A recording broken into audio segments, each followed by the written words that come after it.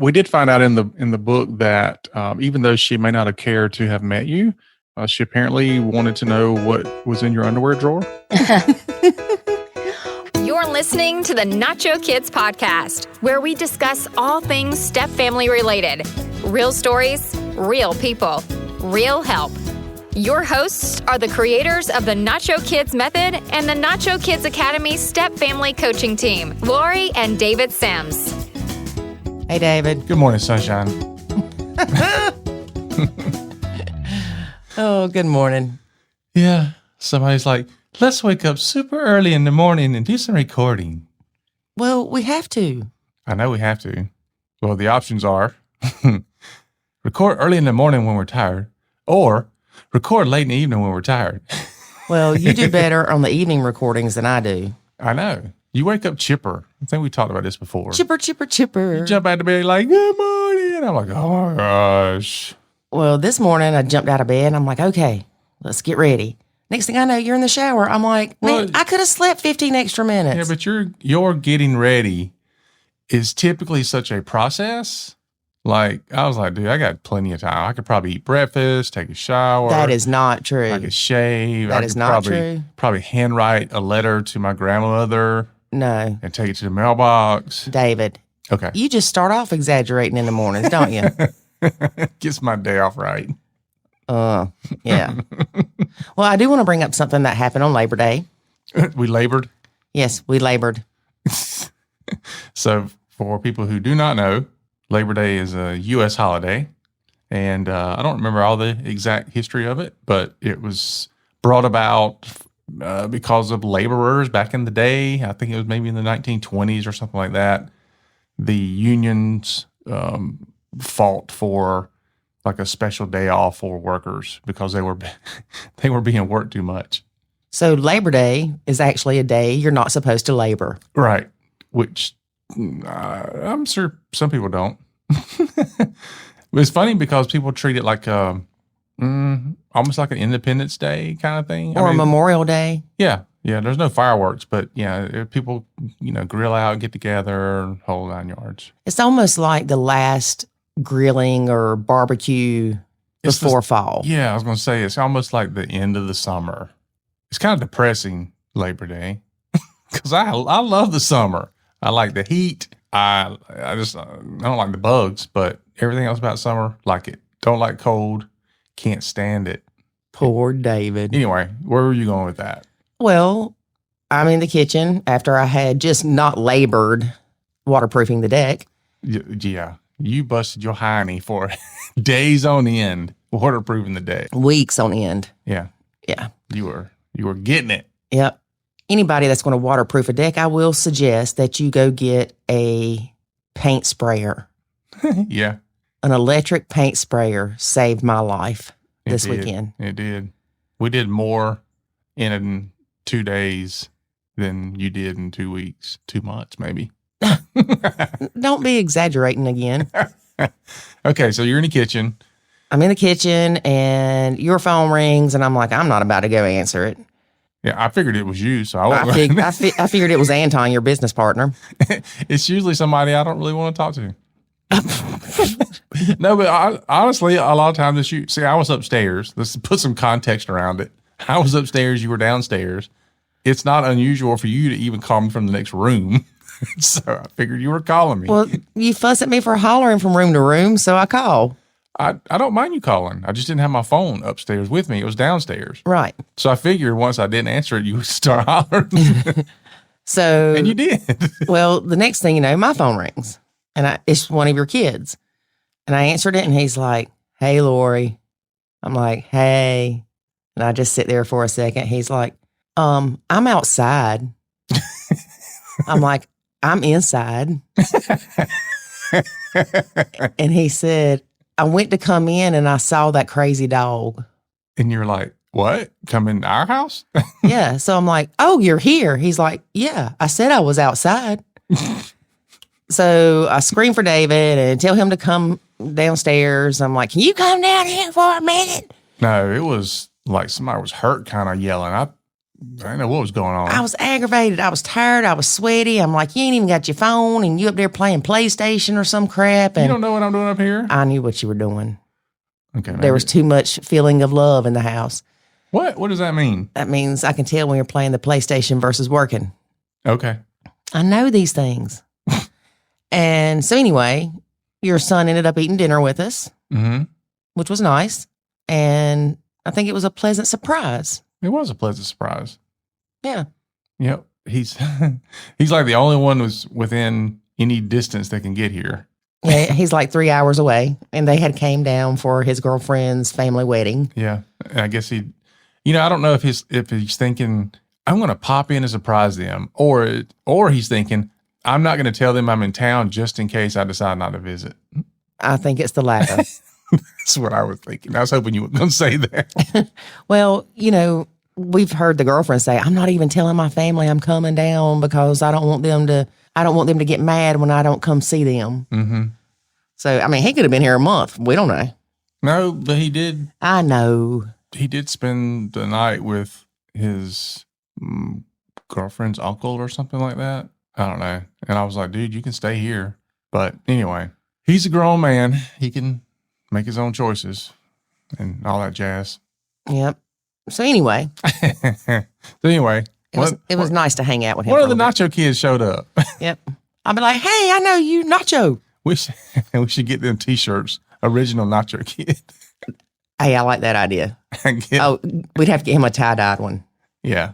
I thought about seeing if he wanted to record with us yesterday, and I was like, I don't know if he's ready for that. Yeah. He's really shy. Yeah. So anyway, our guest today is from Australia. Oh, goodness. Here we go. I love her accent. There you go. I knew it. I knew it was going to be there. How did you know? Because anybody who doesn't talk like you're like, I love your accent. That's not true. Let's get somebody on from like straight up deep Louisiana. Cajun. Oh, yeah. That'd be cool. Might have to translate. Just like people have to translate me sometimes. Yeah, most of the time. Even I do. Yeah, whatever. I don't have an accent. It's not your accent. It's that you have to understand things like when she says the other day, that means last year or yesterday or 5 minutes ago. Hey, look here. The older you people get, you're going to do the same thing. When you say the other day, it could have been 5 minutes ago or 15 years ago. The good thing is, it always sounds like we've only been married a short period of time because we always just got married the other day. That's right. The other day. The bad thing is that when we're arguing, you're like, you remember the other day when you did blah, blah, blah? I'm like, no, that was 3 years ago. That's what I said the other day. No, we don't argue like that. No, we hadn't in a while. It's due. We're due for that argument. No, no, I don't miss arguing. You ever met those couples that like they argue on purpose? It's like they feel like they have to get all that stress out and then they feel better afterwards. No, should we start doing that? Is it argument therapy? Is that a thing? I don't know. It will be in a minute. No, because I don't like it. Be like the other day we created the argument. All right, therapy. back to Kendra. Yeah, Kendra is Karalee.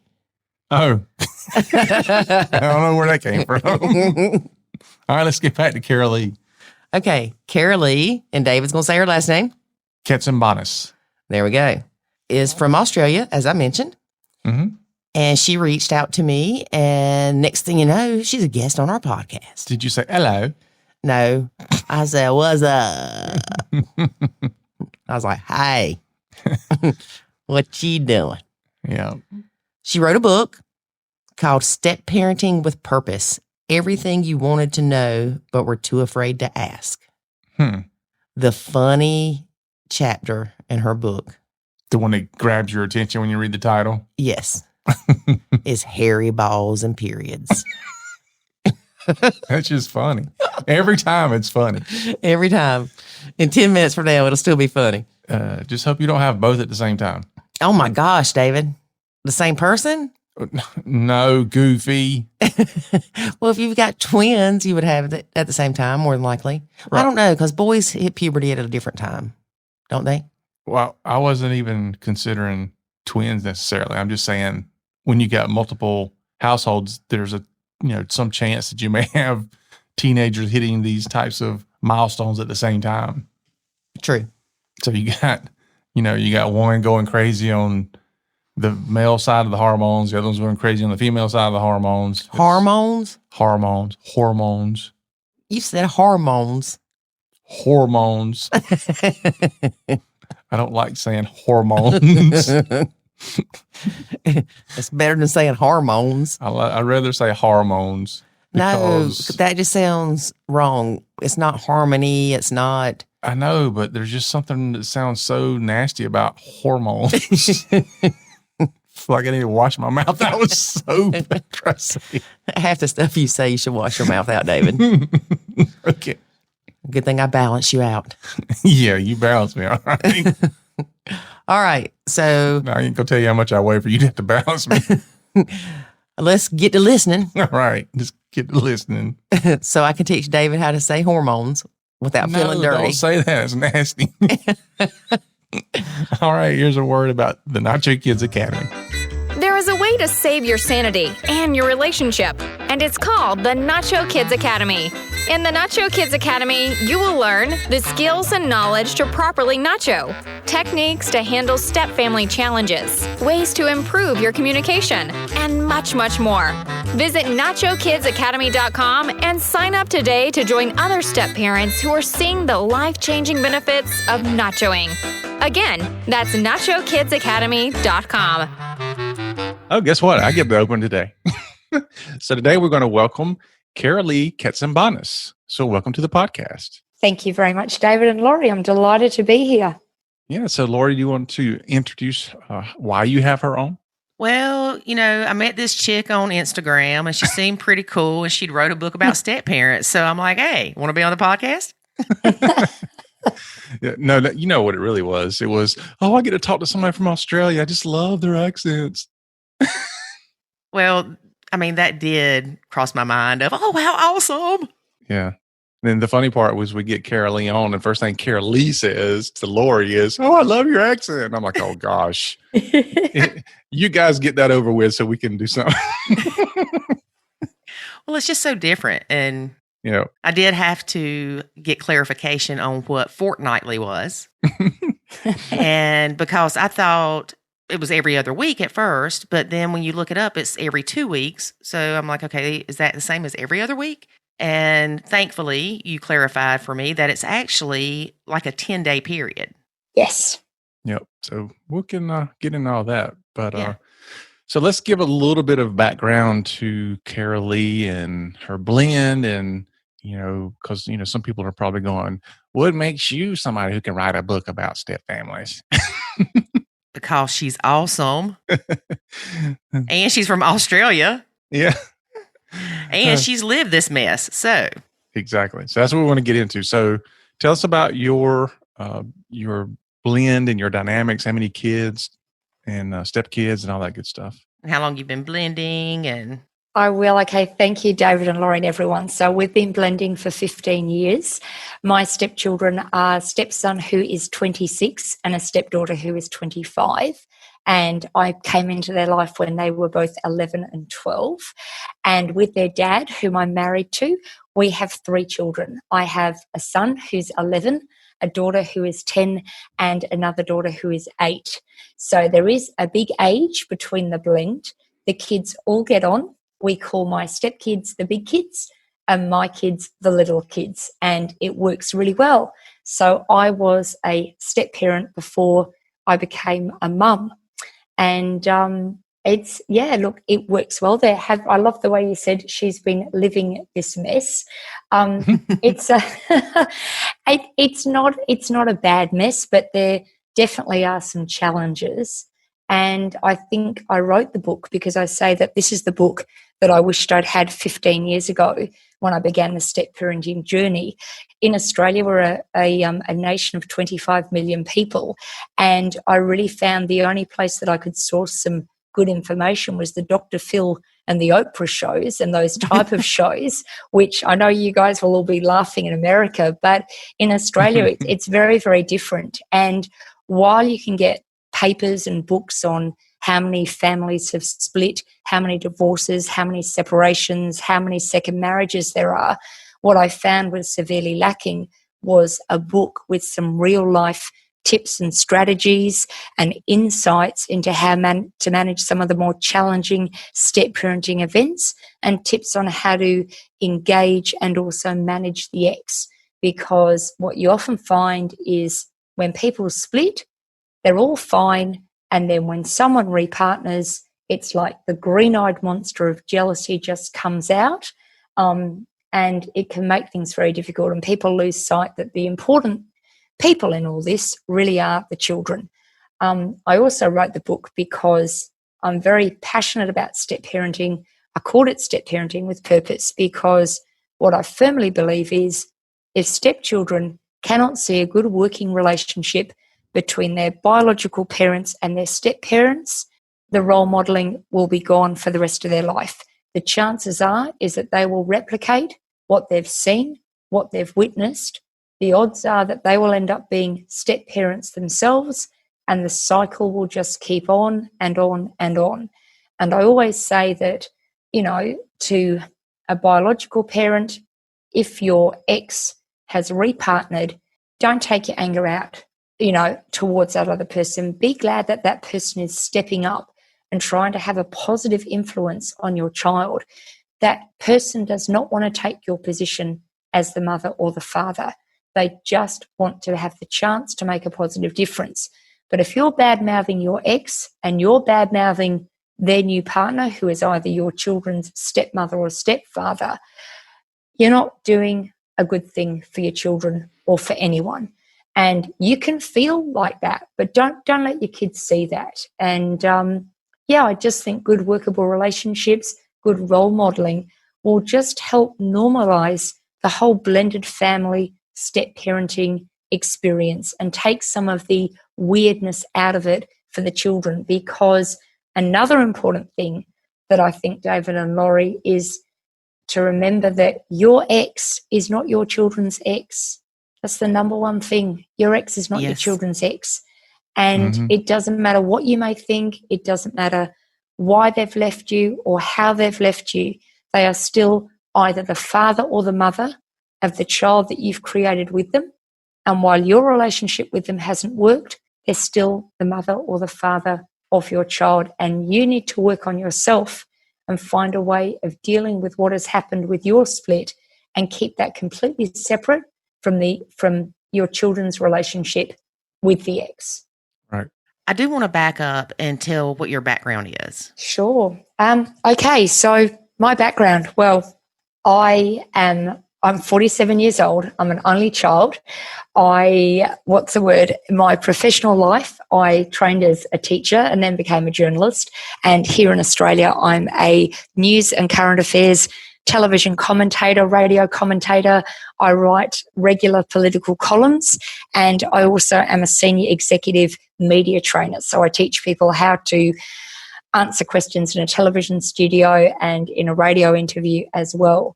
And I try and keep my work very separate from my step parenting, because I think step parenting is what you do. It's not always what you are.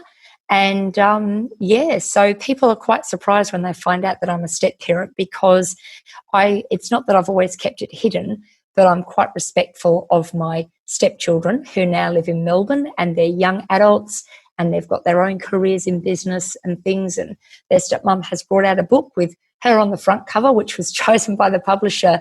And while I don't name them in the book, I just, that's a little bit about my background.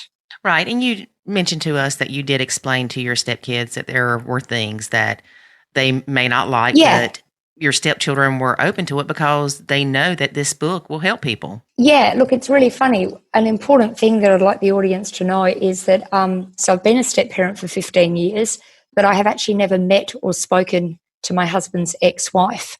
And while we live in another state in Australia now, when we lived in the same state in Australia, she only lived 2 kilometres or 2 miles away.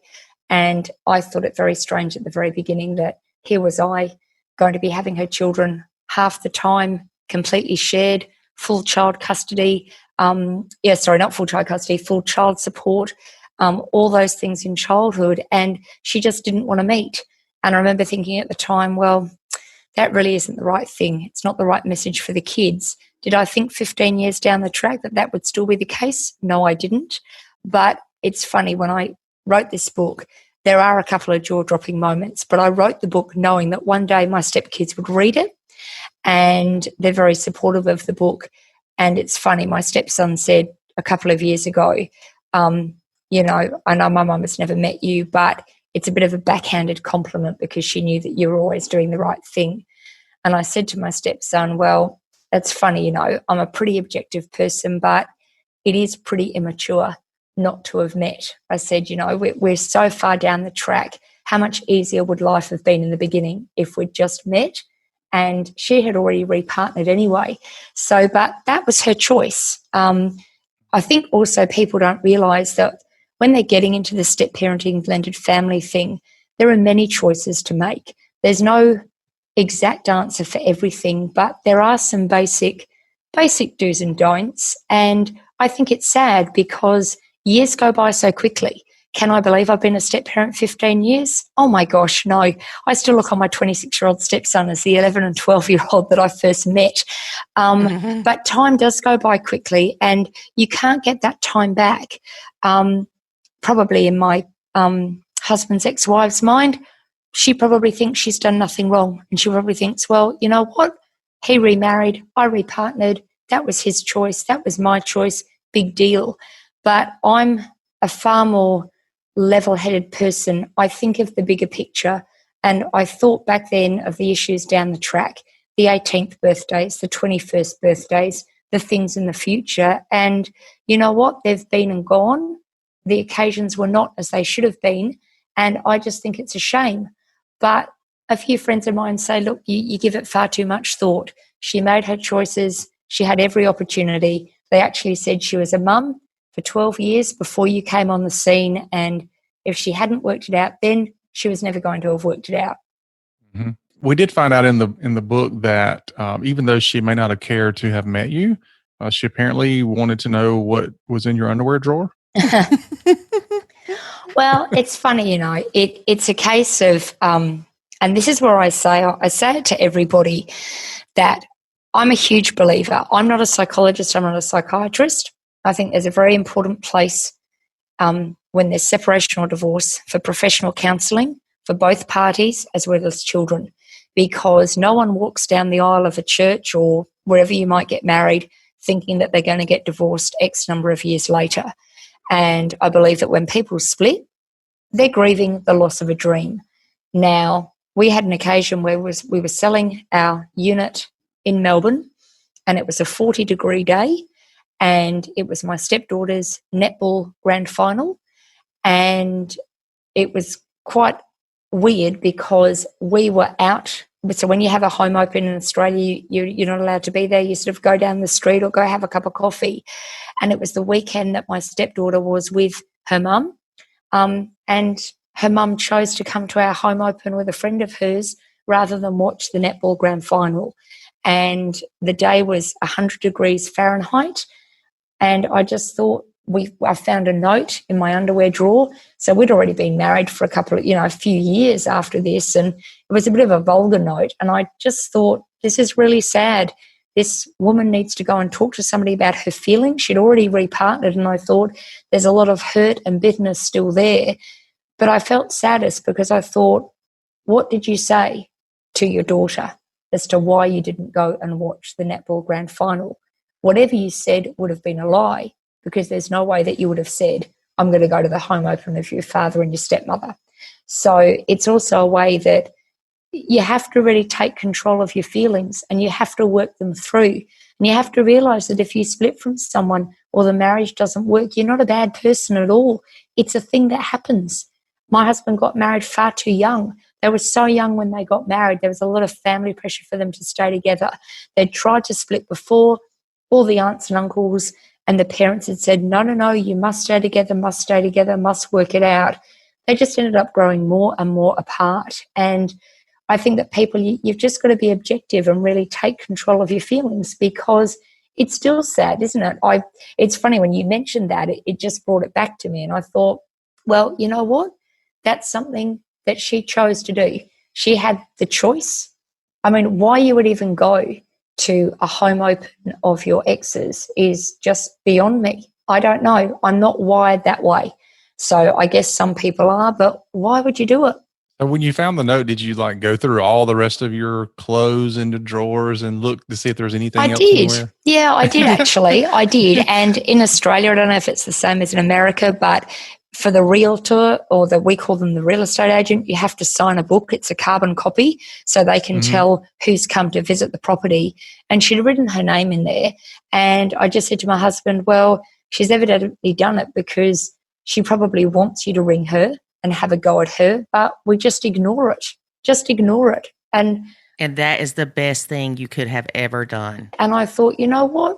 Well, if that made her feel good, what was interesting though was, and I put in my book specifically, she came to our home open with a girlfriend of hers. And I put in the book and I say, if you are the girlfriend of someone that is about to do that, it's your responsibility as a friend to say to them, stop. This is not normal behavior.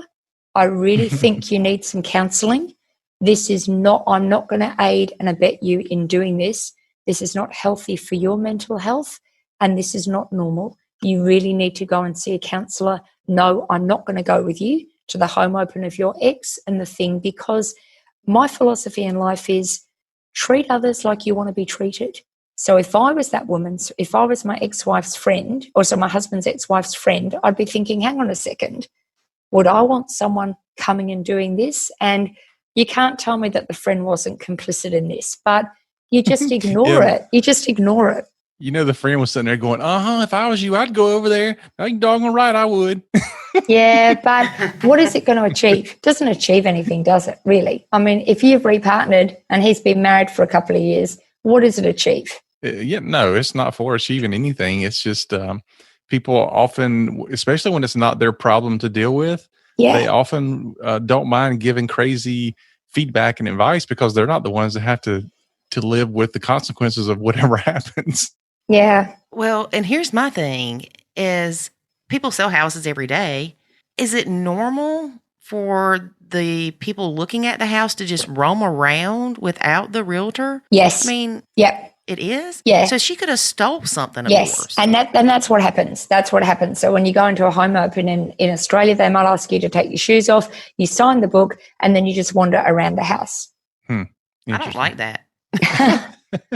So anybody out there, before you have an open house or a home open, if you're in Australia, hide your stuff, man. Just put a note in your underwear drawer that says, if you're the step or if you're the ex, get out of my underwear. The other thing is, though, they take your driver's license and your phone number. So if you came back and said, look, a piece of jewelry or a silver jug is missing or something, well, they've got a record as to who was in the house, so then they'd give it over to the police, and then, you know, the police would be able to track it down. But no, in Australia, it's a pretty open society in that way.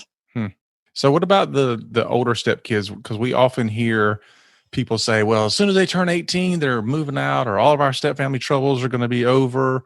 So, I mean, I know the answer to this, but what has been your experience? So when they turn 18, did they just completely just poof, disappear and everything was great? Well, we moved interstate. So we moved from the east coast of Australia to the west coast of Australia. So that's like your east to west coast in America. It's a 4-hour plane flight. They both went to university, which I believe is college in America. My stepson finished and he's a chartered accountant. So he did a 4-year university degree. My stepdaughter did a business degree and she did her thing. She got a job. And so they both work in Melbourne. They normally come over once a year, and my husband is able to go over to the east with work as well. But I mean, they're 26 and 25 now. So they've got their own lives. They've got partners. So it is a little bit different.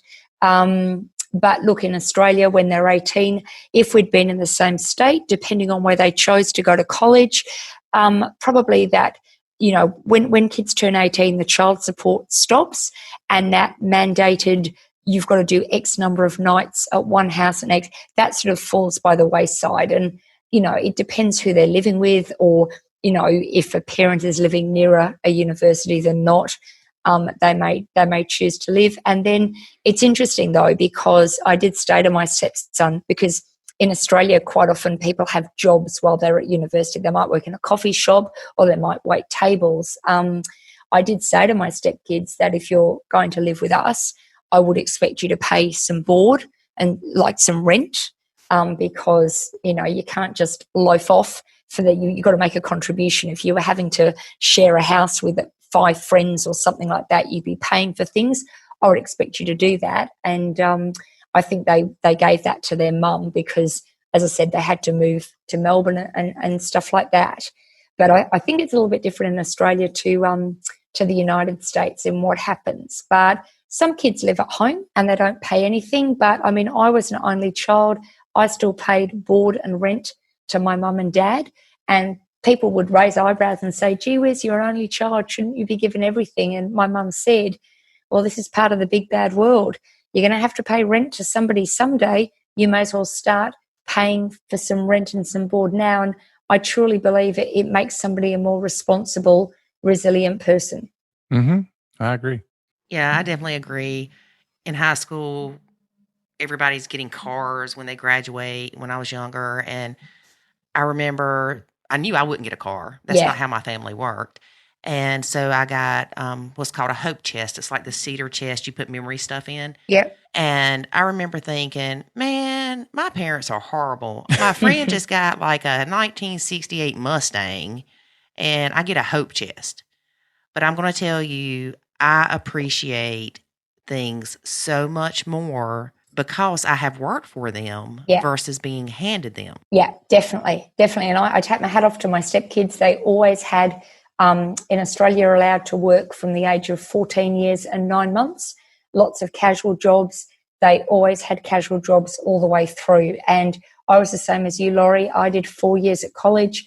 I couldn't afford a car. And my mum, because you didn't get that much in your wages. And so you appreciate things a lot more. And I know that parents want to give everything they can to kids. But at the end of the day, history shows if you give kids absolutely everything, they don't learn about the value of something unless they've paid for it themselves. They don't understand if they break something. And I think that there's always a tendency with stepkids, especially for stepmums, to try and overcompensate and buy a bigger gift. And they don't need that at all. What they need is your time, your understanding. They need to know that you're someone that they can go to talk if there's a problem. And they just need to know that you're there. They might not always talk to you and they might be a bit distant and they might be a bit rude sometimes. But if you're compassionate, consistent and fair, they'll respect you for it. Right. And that was something that you wrote in your book too, was I believe it was a chapter on gifts. Yes. And one of the things that you said was it's more important to remember and acknowledge the stepkid's birthday than the gift. Yeah, that's it. So what we did is, as I said to you, there weren't many books or anything around when I first became a step parent. And my stepkids at that time they had 2 sets of grandparents and 2 sets of great-grandparents. And they were the only grandchildren and great-grandchildren that were born at that time. So they got lots of gifts, lots of monetary gifts, which is often the Greek family way. If you've seen the movie My Big Fat Greek Wedding, you can imagine all that. And I just remember thinking, well, I don't want to buy a gift that if they take home to their mum, the mum goes, oh, yeah, sure, I knew she'd get you that, if it was a new basketball hat or the latest thing. So what I would do is naturally their dad would buy a substantial gift and he'd say that it was from both of us. But right up to the age of 18, I would buy like a smaller gift. And it was quite funny. The first gift that I bought my stepdaughter really only cost $5. And she was madly into dogs and puppies. And she didn't have one at the time. And we weren't going to buy her one. We knew that her mum was going to get one down the track. And what I did is I got her a photo frame saying, I love my dog. I got her a $2 dogs and puppies calendar with beautiful pictures there. I got her a hat and I think I got her a T-shirt. So prices, 15 years ago. And I got her a birthday card. I think she was turning 12 and it was a 12-year-old birthday card and it was a picture of a girl with a dog. So that whole theme was going through. And she kept all that stuff for ages. And I guess I did that to show that the monetary thing isn't important. It's them knowing that you've picked up on what they're really interested in. And I did that. And for my stepson, he was heavily into sport. And it was really funny. As the years went on, I just kept up the $2 Dogs and Poppies calendar, which you buy every year in Australia, just as a little memory of something. And they were just like little gifts that I would get, because I didn't want them to think that I was trying to buy their love or buy their approval. I didn't want to overstep the mark of what their mum was buying, or their grandparents or their great-grandparents or their dad. But I always got a lovely card, and I got something that they were interested in that particular year. I think one year my stepson wanted the latest Harry Potter book, and I just happened to be finishing work late one night in the city, and they were setting up the stall for the release or something, and I knew the manager, and she said, look, if you want to buy one now, you can buy one now. And so that, that was a gift. And I mean, the book back then was $20, but it was the fact that I got the appropriate gift. So it's a common mistake that we all make as step parents, where you want to buy your kids everything, but it can backfire. It also doesn't give them a sense of who you are as well.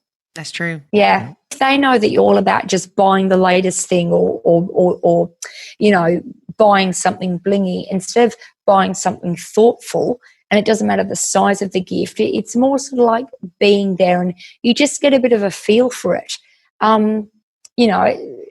There's no right and there's no wrong, but there are some real danger zones as well.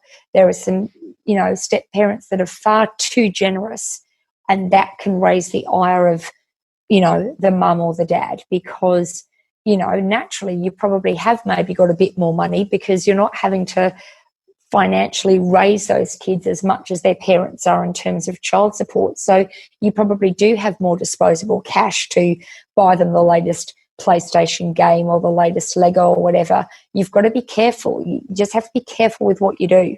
Yes, and that's very important to remember.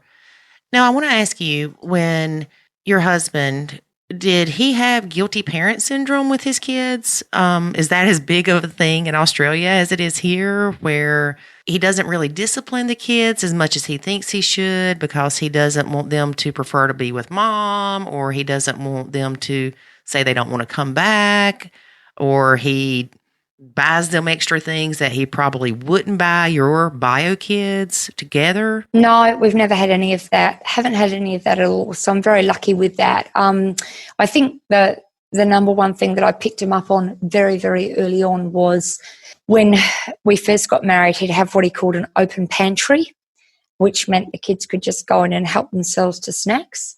And, when they suddenly weren't hungry for dinner that I'd cooked or made, I pretty soon worked that out. And I said to my husband, this is not doing them any good, and it won't do you any good in the long run. And the open pantry was shut down within a couple of weeks, and it was never opened again, and it was just a normality. And I think I said to my husband, stop having these treats in the pantry so that they're excited coming over to daddy's. They're excited coming over to you anyway because they want to see you as their dad. But no, look, I have to give full credit to my husband. We've never had anything like that. That's good. Yeah. Mm-hmm. Because that's hard. And yeah, it's hard for a lot of people to understand the guilty parent syndrome, but it is so real and it can be debilitating. Mm. And I'm glad that when you talked to your husband, you were able to come across to him as, this isn't really good, and these are the reasons why. The kids should be glad to come see you, not because you have treats. Rather than saying, your kids are eating a bunch of crap and not eating my cooking for dinner, and it's making me mad. Yeah. Yeah, she did it in a way that shows it's a benefit to him and the kids, not it's a benefit to her. Or a complaint about the kids. Right. Right. Yeah. So I know you mentioned that you wrote the book because it's kind of the resource you wish you would have had. But what sparked you to really want to do that? Because that's not something you sit down one day and say, you know what, I think this weekend I'll write a book. I think there are a couple of reasons why. When you're first a step parent, you're grappling with lots of things. You're trying to get through things. life goes by very quickly, years go by very quickly. When I married my husband, I was the first one of my group that was marrying a man who was divorced with children. I said, we've been married, we've been together 15 years. After 10 years, I had a lot of friends of mine that were marrying men with kids, and they would say, did this ever happen to you? Oh, what did you do? Did this work for you? Am I doing this the right way? And I just realized that there are some similarities that step parents face around the world, no matter what the country is, no matter what your economic circumstances are, no matter what your job is. There are just some step parenting 101s, do's and don'ts, things that work. But it's funny, I don't write this in the book, but this is actually one of the things that triggered me to write the book. Is a friend of mine had been going to counselling and it wasn't really working for her. She'd met a man with a couple of kids, and the ex was what you call quite a high conflict ex. There was a lot of toxicity, and I said to her, look, you've almost got to expect that. And her husband contacted me. We were all friends. And he said, look, my wife she was soon to be married. He said she's seeing this counsellor who is telling her that she just must love the stepkids. And she said, sometimes there are weekends that I just wish that they weren't coming over. And I said to her, really? I said, that's pretty normal. I said, and there are parents that wish their kids would disappear one weekend as well. And I said, let me tell you why you're thinking this. You're thinking this because your soon-to-be husband's ex-wife is trying to swap around the custody weekends. You've perhaps mapped out a weekend away with your husband and she's calling the shots. And I said, it's okay. I said, are you going to lock your stepkids in the cupboard and feed them bread and water and beat them with a wooden spoon? And she said, no, of course not. She said, but there are some times that I just wish that they wouldn't come over. And I said, welcome to step parenting. We all feel like that at some time. It doesn't make you a bad person. It makes you completely normal. So what happened was she asked me to go to a counselling session with her in Melbourne, and I did. And the counsellor was very nice. And within 10 minutes, I said to this counsellor, you're not married or partnered, are you? And they said, no. And I said, you don't have any children of your own. You haven't adopted any. You're not fostering any. And you're certainly not a step parent, are you? And the person said, no. And I said, well, you're giving bad advice. And so I picked my friend up by the hand, turned around, walked out of there.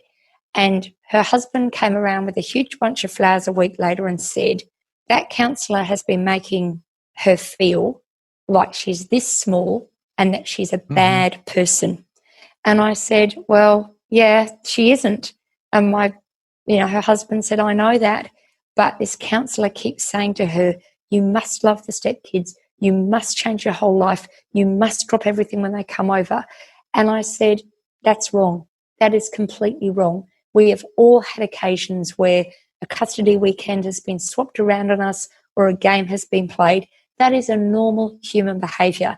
And as I said at the beginning of this question, there are some weekends that those of us that have got our own kids wish that they would disappear, but you laugh it off. It's a joke. It's a light-hearted thing. You're not going to hurt the stepkids. You don't mean anything by it.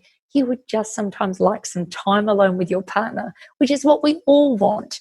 So that was one of the reasons. And it was my friend and her husband that said, you need to write a book on this and you need to say that it's okay to have these feelings, because they said there's a lot of people out there that say you're evil if you have these feelings, when really it's just part and parcel of normal step parenting life. Mm-hmm. As you were telling that story, I'm like, I hope you got up and walked out of there with her. And when you got to that part, I'm like, yes. And that's why I say I'm very careful. I'm very explicit in my book. And I say I'm not a psychologist. I'm not a psychiatrist. And professional psychologists and psychiatrists and counsellors have their place. But how many times do we see in life well-meaning experts that are very academic, but they have no practical experience? And why I wrote the book is it's a book that people can pick up and they can get some great strategies, some tips, some real life examples. Every single thing in the book is true. It has either happened to me or, hand on my heart, it has happened to a close friend of mine. And it's similar stories all around. And I think nothing beats life experience, practical experience. I give you the example of this. Before you have children, you've got no idea what it's like to have a child. Those of us that have got teenage kids or whatever, we look at someone with a 1-month-old newborn and we think, how easy is that? But we forget, when we had a 1-month-old newborn, we were sitting up, we were worried about sudden infant death syndrome, over the cot, worried about the feeding, worried about the burping, worried about the crying, tearing our hair out. The first 12 weeks is crazy. Whereas when you've been through that stage and you look back, you think, oh, that was so easy. So, the other reason, as I said, why I wrote the book is to give a good shout out to the step parents out there that really are doing their best, but are being thwarted by toxic exes, or they're not being heard. Because, as someone said, a step parent is having an input into raising a child, but they don't get any of the credit for it. Yes, they don't. No, they don't. And they don't want the credit for it, but they also don't want to be, they don't want to be belittled and bad-mouthed at every step of the way. Because like it or not, everyone can contribute to a child's upbringing. Yes. And one of the things that we try to explain to people is, if you step back in a lot of situations, and this isn't for everybody, because we know one size doesn't fit all, or if it did, we wouldn't have so many blended families that don't survive. But sometimes if the step parent steps back and looks at their role from a different perspective and remains kind of in the dating dad mode in respect to how the relationship with the stepkids is forming, it allows them to build a bond with those stepkids and have sometimes more influence on them than it would if they tried to parent them. Absolutely. And you know what? Sometimes you don't find that out until years later. And sometimes, unfortunately, you never get that, because if, say, they live with their mum 80% of the time, you've got no control over what she's going to say to them. You've only got control over what you do, what you say, how you say it, and what goes on in your home. And sometimes you're never going to be able to remove the damage that their mum is doing against you. And that's just one of those things. All you can hope is that by being consistent and not bad-mouthing their mum and stuff like that, that hopefully they will see that you're doing their best. Of course, they've got an innate loyalty to their mum and their parent. They're always going to have that. But hopefully they can see maybe years later that you're doing your best and that you've done your best for them. Mm-hmm. Right. Like your book said, there are mean people. You've got people that are hateful. It doesn't matter if they're moms, stepmoms, dads, whatever. But the majority of people don't go in thinking, I'm going to make this kid's life miserable. They go in with good intentions. They're trying to fix something they didn't break. And they overstep a lot of times. And they don't realize it until things go completely south. And I think also that it's important to remember that while you might be ready to go gung-ho for a relationship with your stepkids, they may not be ready for one. So you've got to try not to take things too personally. It is difficult because we all get hurt and upset, but you've almost just got to let it evolve and not try too hard. Yeah. Yeah, because, I mean, like when Lori and I met, she was like ready to get married day one. And I'm like, back off, chick. You're a lucky man, David. Yeah. It just amazes me, his memory of how things happen and mine are, it's like night and day. Don't worry. Lori, it's the same here in Australia, so don't worry about that. Okay. See, it's not a condition I have. Okay. I was just checking to make sure I didn't need to get you treatment or something. Yeah, I wouldn't take it anyway. But yeah, you do. You have to let the stepkids lead that relationship. If you try to force them to bond with you, or like David, if he was tried to force his kids to bond with me and say, you need to tell Lori, hey, when you come in, and you need to thank her when she cooks dinner, and that is just going to push them further and further So away. Let me share something with you. In the case of us, so as I said, we've been together 15 years and we've been married 13 years. My stepson has always acknowledged me on Mother's Day. I've always had a text or a phone call, but my stepdaughter hasn't. And I wrote an article earlier this year saying managing the expectations of a stepmother on Mother's Day. Because what I found quite a few years ago was, instead of enjoying Mother's Day with my children, I was so tied up in knots, looking at my phone thinking, is my stepdaughter going to do it this year? Is she going to do it this year? Oh, my stepson did. I realized that I really wasn't being fair to myself and fair to my children. And I basically said that at the end of the day, as a stepmother, you're not your stepmother, you're not your stepchildren's mother. Yes, you might feel that you're raising the child better than the mum or as much as the mum. You're doing just as much washing, ironing and cooking. You're there to help with the homework. You're there to help with the problems. But at the end of the day, they're not your children. And the title is Mother's Day, not Stepmother's Day. And you have to just let it go, because I've also said that those children are always going to have an innate loyalty to their mum. If they're living with their mum 80% of the time, on that Mother's Day, they might not have an appropriate opportunity to text you or ring you. It's always nice if you've got a card or a gift, but again, when are they going to get the time to do that? Yes, they should, but they may not. And rather than pulling the bull by the horns and saying, hey, thank you for all you've done, sometimes it's easier to ignore it. And it's like our wedding anniversary. My stepson will acknowledge it on Facebook with a like. He started doing it the last couple of years, but he doesn't send us a text. And that's okay. Is it sad? A little bit. But then I realised, well, that's my expectation, thinking, hey, we're nearly 15 years down the track, or we are 15 years, it's all there. He's very happy that we got married, but at the end of the day, you ask most kids, and they would still rather their original parents were together. No matter how bad the relationship is, they grow up with an idealised notion of mum and dad together, and then, even if they end up getting divorced themselves down the track, they still can't do it. So that's something to share with you. I wrote this article that went into a national newspaper in Australia and got replicated around our nation on a digital platform. And the funny thing is, my stepson, he texted me, and I always say thank you very much. Did I think to myself, gee, I would love my stepdaughter to acknowledge it? Yes, I did. And then I thought, hang on a second, Karalee, you've just written an article on managing a stepmother's emotions on Mother's Day. And look, it just is what it is. Maybe one day my stepdaughter will be a mum. Maybe she'll be a stepmum. Maybe there'll be an acknowledgement years down the track. But the bottom line is, that's my issue to deal with, not hers. And it's funny, I say to people, you can bring up your children in exactly the same way. They're three different individuals. My stepdaughter and my stepson were brought up exactly the same. One acknowledges things, one doesn't. But then, not taking it too personally, my stepdaughter is quite a closed book with a lot of things, and it's not just me. Even my stepson has said that. So that's also things for people to be aware of. Yeah, and you're so right that things are different. And we do take things personally. And I, too, found that I was more focused on what my stepkids were doing wrong or what I thought they were doing wrong than my own kid. Yeah. Mm-hmm. Yep. David. Because I think, Laurie, we all want to be loved, and we all think to ourselves, we're doing our best. We've never badmouthed their mum. We've never been nasty to them. We've always been there. Why won't they do this for us?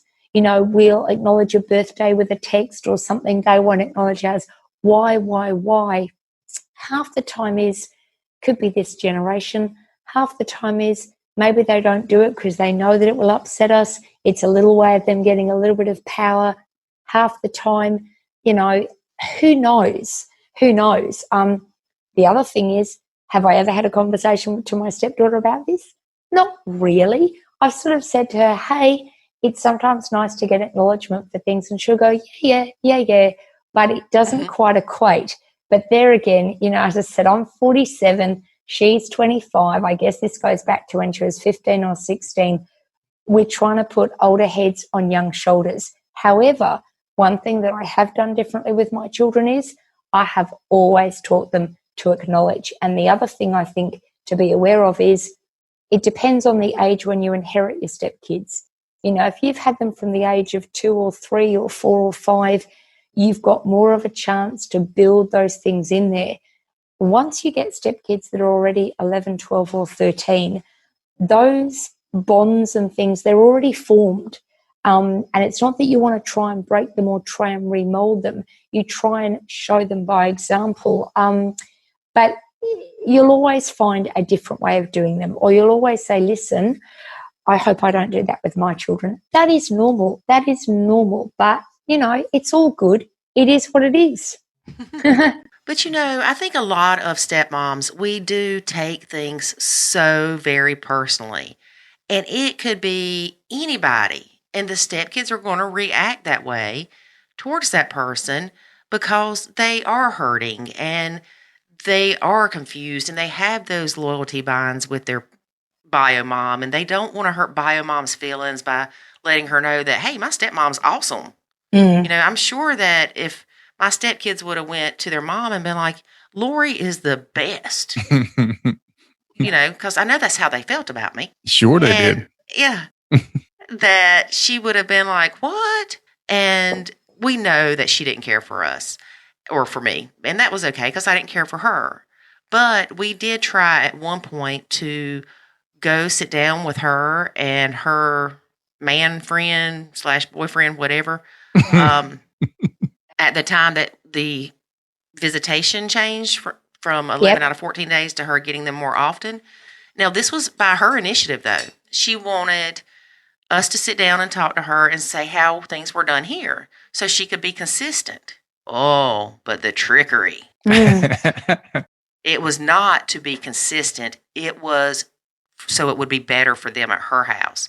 So if David punished the kids for making a D, she didn't punish them if they made a F. Or if the bedtime here was 9:30, then at her house it was 10:30. Yeah. Or everything had to be, well, I'm not as strict as your dad, or I'm not as bad as your dad kind of thing. So, we both, I think, had high hopes when we had that meeting. But quickly, within the first week, we learned that her intentions were not the best. Well, that's what I think I said earlier. Find me an ex who doesn't think that they're a high conflict ex, but point out some examples to them and see what they say, and they'll either deny ever doing it. That's what I say. I have a phrase, you can't change what you don't acknowledge. All right? It's quite okay for you to be jealous that your ex has remarried or repartnered and you're still there single.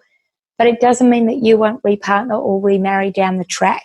What you've got to come to grips with is your relationship with that person has ended, but you still have children together. Make them your focus. Stop getting so head up about your ex's new partner, because that's really nothing to do with you. In the same way that your ex and his new partner cannot control what goes on at your house, you can't control what goes on at their house.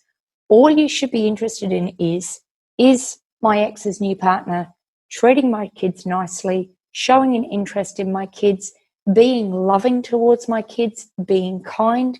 And if the answer to that is yes, that is perfect. You've got no cause to be a high conflict ex, to be bad-mouthing or whatever, because you set things up in your children's minds that will have ramifications for years to come. If you're bad-mouthing their stepmom, but their stepmom has helped them with some maths homework or some cooking or whatever they need for school, what are you going to be getting them to be thinking? They're going to be thinking, hang on a second, Laurie is lovely, she's helped me with this, but my mum is bad-mouthing her. So then what you're going to do is you're going to foster a deceptive behavior where the child will start lying and covering things up. So in your book, you said that a friend kept telling you that her stepkids' bedding was not to her taste and did not match her house. And it drove her bonkers. Yes. And she insisted it was her house. And a wonderful friend of yours summed it up perfectly and said, close the door and write off 10 square meters for the next 10 years. Pick your battles. Yep. And I love this. And I'll tell you, one of my pet peeves, I guess you could say, with the whole step parent thing is when people say you should love them like your own, things like that. But also when the stepmom says, this is my house. Yeah. My house, my rules. My response is, well, where does your husband live? Mm. It's not just your house. Not saying you have to drop everything, but you can't have that mindset, because then it's all about you. Yeah. And that's part of the problem, is the stepmoms, we get so wrapped up in our hurt feelings, and this is my house and I have no control, and I can't even, put the comforter on the bed that I like because the stepkid wants this nasty neon looking thing, and it makes my house just horrible and it makes me sick. Shut the door. Yeah. Yeah. And picking your battles is one thing that you have to be able to do. You're not going to get divorced over the stepkids not eating broccoli. Yeah. If you do, then that's sad. And also, when the stepkids come over to your house, if they know that that's their part of the house, their room, whether it's a bed and a chest of drawers or whatever, and it's got their doona on or whatever it might be, that's their space in the house where they feel safe and secure and they want to come. And you know what? Yeah, when you marry someone, it was your house, but you're blending. You're becoming a family, and it just is what it is. And as my friend said, next 10 years, just write off those 10 square meters and don't worry about it. And you know what? When the stepkids go back to the mums, well, put a new sheet over it, or have a different doona and do that. If the room has to be used for something else when they're not there, but pick the battles. That's not something to cut up rough with your stepkids about. Yes. And it's hard. I know it's hard because, especially, say, for instance, if I was a healthy, nutritional freak about eating, which I'm not. But if I would have came in and David's feeding the kids chicken nuggets for supper, or a pizza a lot, or, spaghetti and noodles, whatever, and if I tried to change that and force it, once again, I'm creating my own misery because I'm the only one that cares. Yeah. Yeah. And you really do. You have to find your non-negotiables.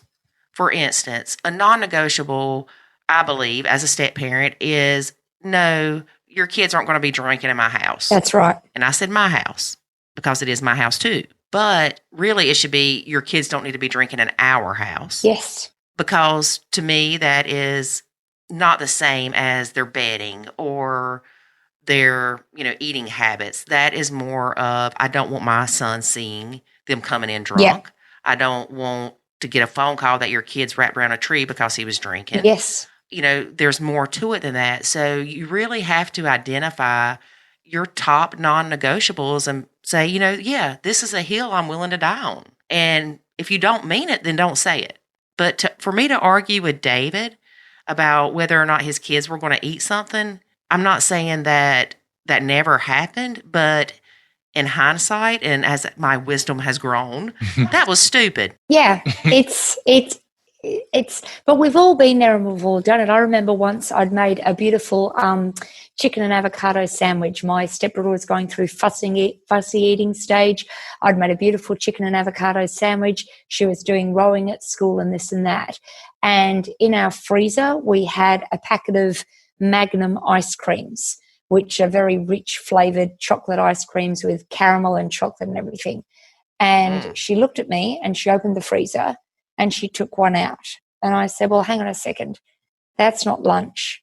And she said, yes, it is. She said, I'm having this for lunch. And I said, I'd really rather that you didn't. I said, but I'll tell you what, if you ring your mum and she says that you can have Magnum ice cream for lunchtime, I said, then you're allowed to have it. You can have as many as you want and just go for it.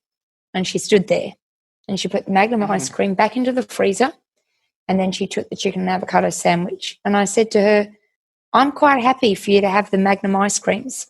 I just want you to ring your mum to check first. I said, because I don't want to get into trouble, because I don't think that's a nutritious lunch, but you're 14 years old. You're old enough to make your own choice. And what's funny is she didn't even attempt to call her mom. No. And anyway, when she was leaving that weekend, I said to her, do I need to get any other ice cream in the next week? I said, or do you think you'll like sandwiches for lunch? And she said, I think I should be eating sandwiches. And so she did, and she knew. But you see, I called her bluff because I knew that she wouldn't call her mum. But I said to her, it's okay, you can have it if you want, but you've got to get permission from your mum.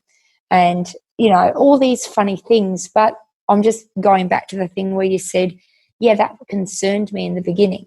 She never did it again, but they try little things on and stuff like that. But, yeah, it's interesting, isn't it? I am curious, why did you tell her to ring her mom and ask her and not her dad? I've never thought of that, Laurie. Maybe because I knew her dad at that stage, it was quite early on, might have said, oh, look, it's okay if she has an ice cream. But I just didn't think it was appropriate for her to have that. I think her mum had been trying a bit of a dietary thing with her as well. And I sort of knew that I was calling the bluff. I knew that she wouldn't ring her mum. But Laurie, that is a terrific question. Yeah, why didn't I ask her dad? I've got no idea. I don't know why I didn't. Well, it's probably because you knew that the mom would be more quick to say no than the dad. Yeah. Mm-hmm. So he may have had a little bit of guilty parent syndrome. That may have been. Or he may not just care what she eats. No, he would have cared. But I think it's, But no, it's all good. All good. But you're right, the non-negotiable list as well. And I think that starts really quite early on too. Yeah, well, the other thing about that situation I think that you handled very well was that you didn't really say no. You said if your mom or, even if it was dad, if they say it's okay, that's fine. But I don't, you said, I don't think it's a good idea, but if they say, yeah, that's great. And the reason I kind of like that is you say you kind of disagree with it, but you don't fuss about it. And you also set up in your own mind that if they go against what I think is right, then I'm okay with it. Yeah, I guess in that instance, we had a situation where my stepson came over to visit us here in Perth, and he was 21, and he had some friends in Perth, and they wanted to go out to the nightclubs, to the entertainment precinct. And unfortunately, we had quite a lot of problems in an area. It's called Northbridge, where people were getting king hit, and they were falling over and hitting their head on the concrete and ending up in a hospital. King hit? Yeah, king hit. They call it king hit. It's called a coward punch in Australia, where someone punches someone in the back of the head and they're not expecting it, and they fall down and they crack their head. So it's quite interesting. So he was 21, more than old enough to be able to go out there. Our drinking age in Australia is 18, so it's not 21 like the United States. And my stepson's always been a very respectful young man, but he had some friends over here, and they wanted to go to Northbridge. And I actually said to them, no, I'm actually not going to let you go, regardless of how old you are. I said, because I don't want to be down in the hospital when you're sucking out of a straw, and I certainly don't want your mum to find out that that's what's happened to you. You don't live here full time. You're not aware as to the violent incidents that have been happening in our city, the same way that we'd already left Melbourne a couple of years before. Cities change. And I said, it's always lovely young men such as yourselves that someone will accidentally brush or say, you looked at me the wrong way, and then a fight will begin. And I said, no, you're not actually going to go out while you're here in Perth. It's quite funny. He respected that. And he said, thank you very much. He did a quick Google on his phone of violent incidents that had happened outside nightclubs and bars and things like that. And he abided by the wishes, and he and his friends just had a barbecue here at our house. And it was really funny because a lot of my friends said, wow, he was already well and truly a fully fledged adult. He could have gone. And I said, but you see, what you don't realise is I've helped raise him since he was 11, and I've never just said no. I've always given the answer and the reasoning why. And nowadays, with all the computers and the Google, and you put in a few keywords, things come up. We did have a very large spate of incidents like this, and it was heartbreaking to see vision of somebody in an intensive care unit with sucking out of a straw. They'd been rendered incapacitated or brain dead, and all that had happened was they'd walked on a street in the entertainment precinct, some lout and had just looked at them the wrong way and then gone and attacked them, and, they'd fallen back, hit their head. But it comes back to that respect thing. So and I said, look, you're in this town now. No, I'm not going to let you do that because you're too nice a person for anything like this to happen, and you don't know what this town is like after midnight. So he respected that. And it's funny, but I guess I'm going back to those ground rules that you set. You start talking to your kids about drugs and alcohol much earlier than you would have when all of us were growing up. But it's important to have those conversations, because if you haven't been open and had conversations and shown cause and effect, there you go. And I think I said to my stepson, I might only be your stepmum, but I do love and care about you. And it's my role as the responsible parent to keep you safe. And he accepted it, which was lovely. Right, because you had built a relationship with him. He knew you weren't just being the evil stepmother. He knew it was because you cared about him. That's right. That's right. And that's what takes time to build. Because at first, if you come in and you're like, no, you can't do this. No, you can't do that. Yes, you must do your chores. Then they're like, whoa, slide back, woman. Yeah. This is crazy. I don't like you. You're trying to change my whole life. You're making my dad act different toward me. You're making me have to do chores. You're making me try to eat broccoli. But you don't have that bond. When I first met my husband, and his kids asked, what's this going to be like? I actually said to them, I'd like you to choose a chore to do at our house, your house, when you come over for a visit.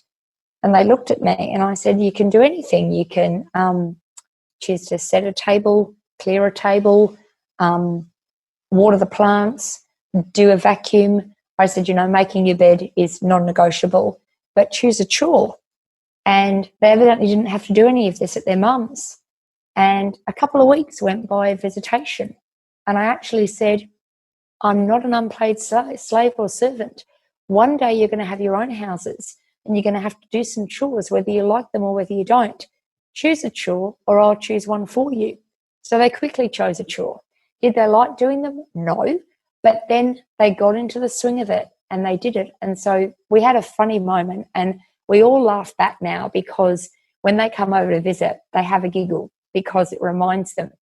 So when they would first come over and have a shower, they would use a new towel every time they had a shower. And those towels would be left on the floor.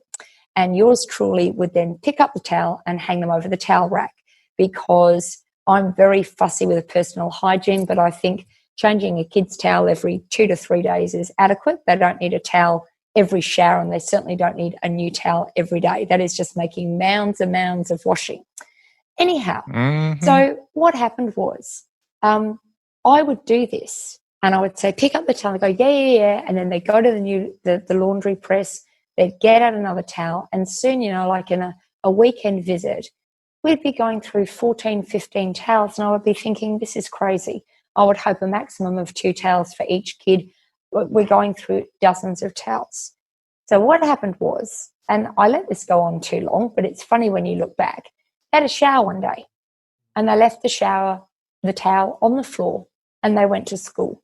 And I was at home that day. It was a day off, and I thought, it is taking all my might not to pick up those towels and put them over the towel rail. But you know what? These kids are going to have to learn a lesson the hard way. So they came home, they did their homework, they had dinner, and I had hidden the towels out of the laundry press. So anyway, they had their shower and they said, where are the towels? And I went, well, there's 2 on the bathroom floor. And they went, but they're wet, they're soggy. And I went, well, you should have picked them up. I'm not a maid. I'm not here to be doing all your washing and your ironing all the time.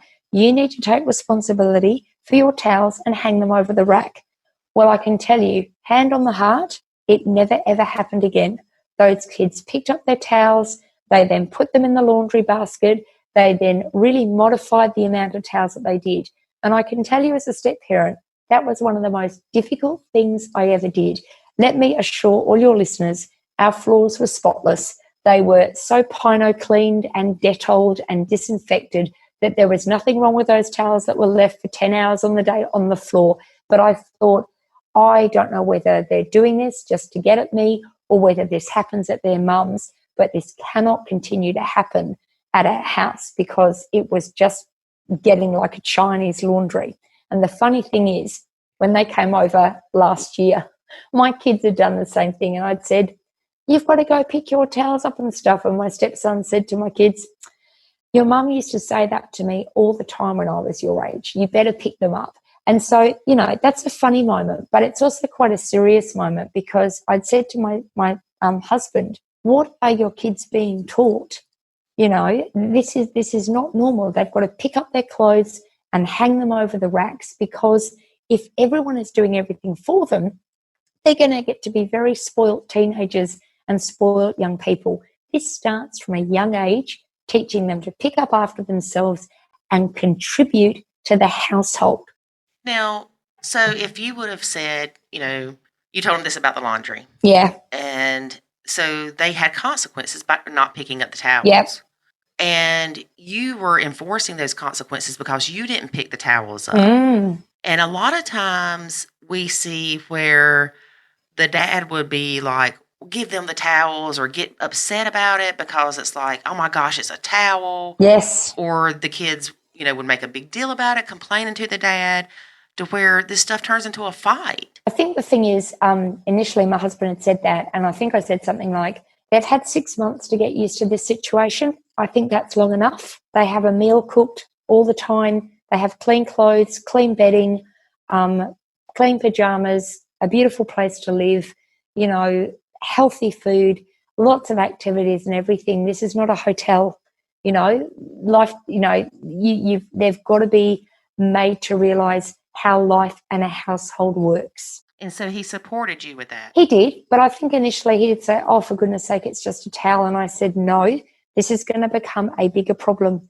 when they're teenagers, because then they'll be going through absolutely everything. You can't just float through life or float through a house thinking someone is going to be picking up after you all the time. I mean, with my kids now that are 11, 10 and 8, I do the washing and the ironing, but just from the beginning of this year, I put their piles of clothes in the laundry that are ironed, and I make them take it up to their bedrooms to put away in their drawers, because I'm thinking, well, they're 11, 10 and 8. If I start doing this when they're 16, 17, I'm going to get a resistance. If I'm doing this now at their age, it's just going to become normal, and it's just trying to get that normality. I couldn't do that with my stepkids because, of course, they're with their mum 80% of the time. It's a different set of rules, all right? They're also not my kids. But I just always say to people, the whole thing of step parenting, you're just trying to raise individuals that are contributing people to society, that understand that you've got to work as a team, not just to get something back, but to actually make something work. You don't just do something because you want to get something back in return. You do something to make it work and keep it functioning. Right. And I think, like for us, my telling the stepkids to do something, even if there would have been consequences, it wouldn't have mattered, because there was so much resentment and anger and stress built up that for me to say, oh, well, you left your wet towel on the floor, that would turn into them telling the in-laws that I didn't give them clean towels, their mom. I mean, it would just spiral. So I had to not tell them to do those things. Instead, I would just have to tell David, they have their towels are on the floor, which then I got to the point that I didn't really even do that, because I felt like I was constantly telling him what his kids were doing wrong. Mm-hmm. He would come home from work and it's their towels are on the floor. They didn't do their homework. They didn't, put this up. They left a drink on the table, whatever. And then again, that just put David in a bad situation where he's like, crap, I don't want to come home. All she does is complain about my kids. I can't even spend time with them because they're complaining about her. I used to say to my stepkids, now I'm not the wicked stepmum, and I'm sure your own mum has told you this 1,000 times, but, and then they would smile. And I found that quite a good disarming technique to use. Of course, it depends the mood that your stepkids are in, depends on their age. But if I really wanted to get something done and I didn't want to be lumbered always having to do it, I would just preface it by saying, listen, you know that I'm not your mum, but I have no doubt that she has told you exactly what I'm about to. And then I would say it. I wouldn't say it all the time because it's always a bit of a minefield. It's like walking on eggshells a lot of the time. But at the same time, and we've all made the mistakes, I let myself be walked over for the first couple of years because I was so worried, you know, in case their mum said, oh, they're not allowed to come over, and then I'd think, how will my husband feel? All ridiculous thoughts, because that would never have been the case. She was just as glad to have the break, you know, with the kids to come over or whatever. But, you know, you want to be liked and things. But then there comes a point where a switch is flipped in your head and you think, hang on a second, I'm not going to be a dog's body for these kids. You know, this is not fair. I'm working full time. I'm paying the rates and the mortgage on the house. I'm doing everything. I'm cooking a meal. I'm parenting. I'm not getting any appreciation from their mum for doing it, but I can't just be walked over all the time by everyone. And it just depends. As I said earlier, you know, you pick your battles, but there are battles that one will have. And there are times that the stepkids will give you a pushback, and you'll never know whether their mum or their dad has said to them, don't be nice to your step-parent this weekend. Make sure you give them hell, yada, yada, yada, yada, yada. You'll never know whether they've been revved up or not. And sometimes you do just have to bite your tongue. But one thing that my stepson has always said, and I can put my hand on my heart, I have never bad-mouthed their mum to them. I would often say when they were leaving, be nice to your mum this week, try and help her. She's working full-time too. And I know I got a couple of raised eyebrows from them a couple of times, and I thought, bingo, your mum is bad-mouthing me and your dad. But I would never, ever say anything. Mm-hmm. I would just keep that light and breezy and do it and let my actions show the way. It's like when you ask people, you could ask somebody for two versions of events, and the truth is always somewhere in the middle. There are always things that we wish we could do differently. Always. That's human nature. I think the other thing, though, is that, as you said, sometimes David would think, oh, no, you're having a go. I think my tip that I often say to a lot of dads when their partner becomes a stepmom is that they're not criticising your parenting, but you've also got to be objective to realise that your little darling of a son or a daughter can also be a little devil of a stepson and a stepdaughter to your new partner. You can't be that naive. You've got to be objective. There's nothing worse than a parent that says, my child can do no wrong. You know, by the age of 5 or 6, you should know what your child can play this one off, play that one off, smile sweetly when they want that. You get to know your child's personality. And I think that where a lot of step parents get very irritated is that they seem to have to pick up the parenting slack that hasn't been enforced by the dad and the mum, because when the dad and the mum are divorced, neither of them want to be known as the bad parent.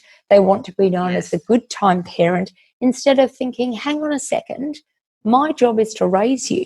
I don't want to make you a spoilt brat that in the years to come you're a nightmare son-in-law or a nightmare daughter-in-law for your future partner or your future mother or father's-in-law, right? And I think that it's easier for them to just let it go by the wayside. It's like anything. It's like you say, eat healthy. How easy would life be after school pickup to give a packet of chocolate biscuits to 3 kids in the back of the car as opposed to carrots and cucumbers and tomatoes, right? Right. That's the easy way out. Step parenting and parenting is not about the easy way, because it's going to bite you in the bum years down the track. And I think it's so important to remember that even if you have these conversations, because David and I had, like I said, planned what we were going to do. I know that he expected his kids to pick up after themselves and things like that.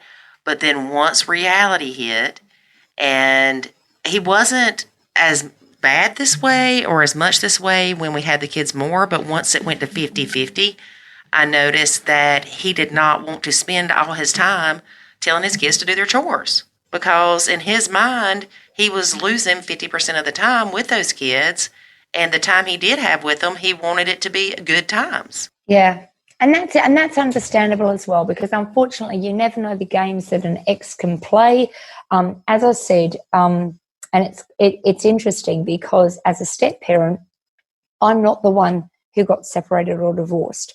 I don't have that fear of perhaps the other person saying, no, you can't see the kids, or I'm going to take out an order, or I'm going to go back to court, and no, you won't see the kids. And so I think there is a fear for a lot of men. I mean, I'm not sure what it's like in the United States, but here in Australia, quite often the women's word is believed over the men's straight away. There's a very big bias in the system. There's a lot of fathers that are very hard done by because the woman will ring up the child support agency and say, he's not doing this. And the father's never given a chance to defend themselves. So there also could be a fear factor in that. And that's, just very interesting. So look, it's all good, but I like to think that my book it's a very positive book. It's a very frank book. And I think that there's a lot of really good tips and strategies in there that can help people. And the thing is, people have got to be willing to try something new. If something isn't working in your step family or your blended family, it doesn't mean you're failing. It can be a whole myriad of factors. But by reading a book like mine and looking at some of the other strategies, it just might provide you with the answer that you need. Right. Exactly. If we would not have tried what is now known as Nacho Kids, we would have never made it. That's it. And I take my hat off to both of you. I think that the Nacho Kids Academy is terrific, and I love what you do, the memes and the posts that you put out. And a lot of it is being able to have that objective brain, which I was very blessed with because, as I said, I was a journalist in a former life. So I can look at a situation from both sides and try and take the middle ground, see it from both sides, and to also be open to taking advice, and to realise that when people are giving advice, they're not directly criticising you, they're actually trying to help you. Yes, that is very important to remember. Mm-hmm. It very much is. For those people who want to find your book or find out more about you, how can they do that? Sure. So look, the book is available on Amazon and Booktopia and other digital platforms, but I have a website, which I know Laurie and David are going to pop up, and it's www.KaraleeKatsambanis.com. The website has been specifically set up for the book, especially during this COVID period and ongoing. People can order it through there, which is good, and I'm very happy to give a discount, which I'll discuss with Laurie and David later. But look, you can just Google Step Parenting with Purpose, everything you wanted to know but were too afraid to ask. And I would love you to buy the book. As I said, you can get it off Amazon or Booktopia. If you want a signed copy, it's good to get it off the website. Naturally, it's available in a lot of Australian bookshops now, but I don't think it's available in any US bookshops just yet. I think COVID-19 has sort of put those plans to one side at the moment. But look, I hope that people will, when you give the link, that they'll go and they'll check it out. Yes, and I'm definitely going to check out some of your blogs and articles too, because I love your perspective. Thank you. And look, I love yours as well from Nacho Kids Academy. And look, as I say to people, if there's one thing that they can take away from this podcast, please remember that 3 things. Your ex is not your children's ex and never will be. The step parent in your family dynamic does not want to replace you as the mother or the father. They want to just help raise your kid to be the best that your child can be and to have a real positive difference in this world. And the third thing is, be happy if you've got a step parent that is wanting to make a difference in your child's life, because 9 out of 10 step parents, that's what they want to do. They do not want to replace you. But please be willing to look at your own shortcomings and realise that every child needs as much help as they can possibly get, and they can learn different lessons from different people. And don't see that step parent as the enemy. In my opinion, there's never too many people that can love your kid. Perfectly said. Absolutely perfectly said. Well, we cannot thank you enough for staying up past midnight. It's 1:25 in the morning. That's okay. That's my pleasure. Thank you so much, guys. Thank you. It's lovely talking to you. All right, we'll see you later. Bye-bye. Okay, bye. I enjoyed our chat with Karalee. I did too. Of course, I always enjoy it when other stepmom coaches or authors or stepmoms in general support the Nacho Kids method. As they should. David, Well, I mean, we know it's not for everybody. Well, I get that. What I'm saying is you should support any methodology that helps people through the blend. We support other methodologies that we don't promote. We support them. We don't promote them necessarily. Right. I mean, there's times we were like, look, that's so far outside of what, we would do or how we would do it. It's not because it's wrong. It's just different. Yeah. And it's hard though, too, because when somebody mentions, oh, well, I was told by our therapist that I'm their mom. And I'm like, no, you're not. Yeah. And then they say, well, I've earned that right. No, you haven't. They're not your kids. So I may not understand the other side sometimes. Yeah.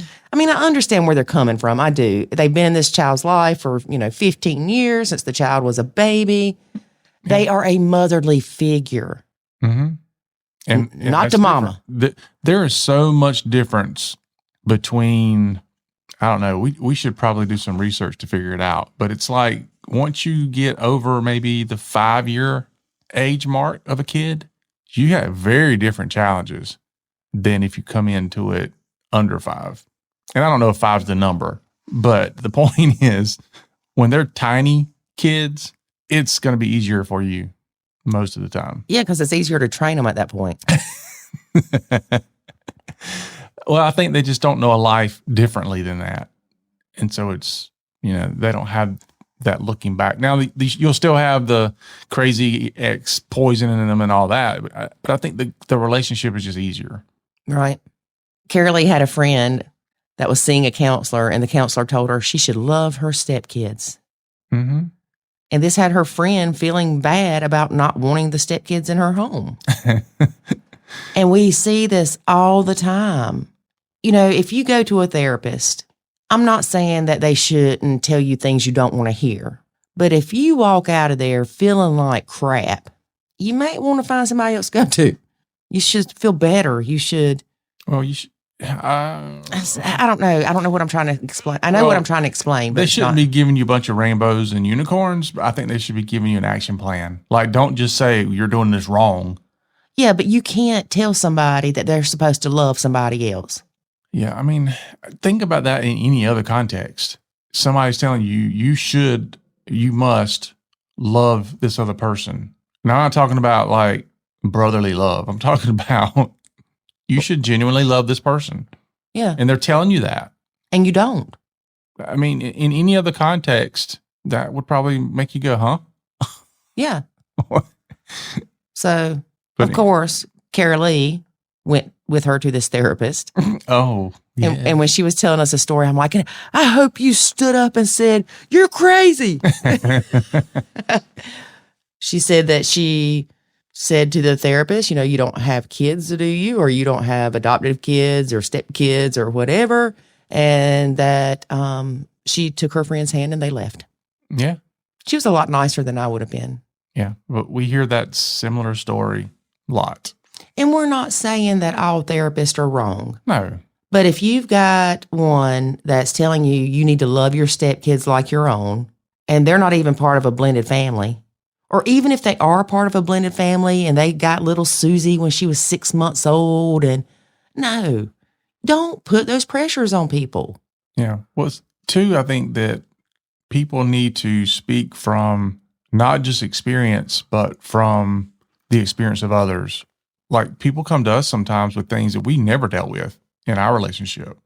Mm-hmm. And we have to advise them on, this is what we know. This is what we see. This is what we see working for people that go through that.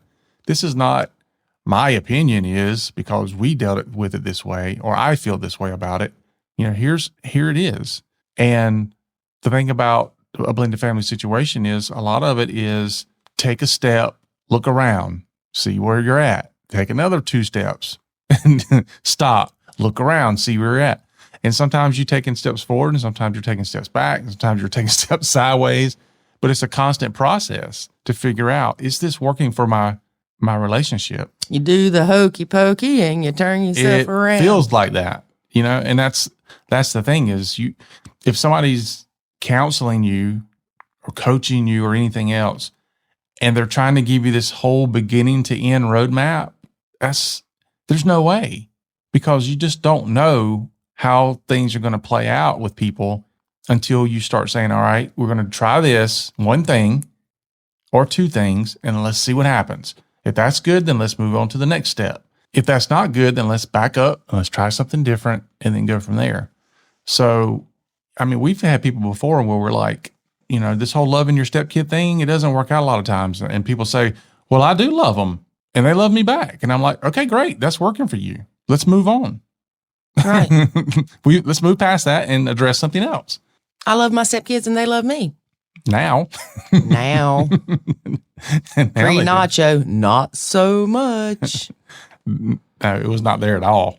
There was no love loss. There was no love to be lost. Yeah, what David said. All right, David. So what do we have going on? Let's see. The Step Family Summit that we are a part of, hosted by Claudette Chenevert, is coming up really soon. Yep. I think it's September the 16th through the 18th.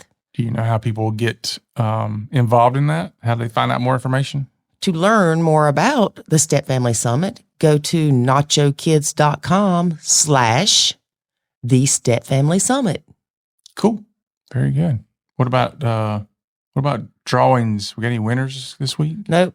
No, is it next week? Mm-hmm. All right. So next week, better tune in because we're starting to run low on these scholarships. Runs out at the end of the year. I think we only have one or two left. One or two? Yeah. I thought it was supposed to go through December. It does, but I've only got one or two entries left. Oh. Oh, wow. Or spots left. So y'all better be putting in some scholarships in. Yep. Otherwise, they'll go to somebody else, not you. If you would like to submit your video for a Nacho Kids Academy Sylvia Krakauer Scholarship, send your video or a link to your video to contact us at nachokids.com. Just tell us why you deserve to win a free month in the Nacho Kids Academy. Mm-hmm. All right. All right, we done here? We done. All right, let's wrap it up. So we want to thank you folks for listening to today's show. Join us next week when we have another show, and we'll be talking about more nacho stuff. Nacho man. All right. So make sure that you get out there and nacho things because there is plenty to nacho. You know, I used to sing that in my head a lot. But it'd be nacho mama. I'm so glad I'm nacho mama. All right, folks. We'll see you next week. And remember, life is good when you nacho. Thanks for listening to this episode of the Nacho Kids Podcast. Find us online at nachokids.com. Until next time, remember, life is good when you nacho.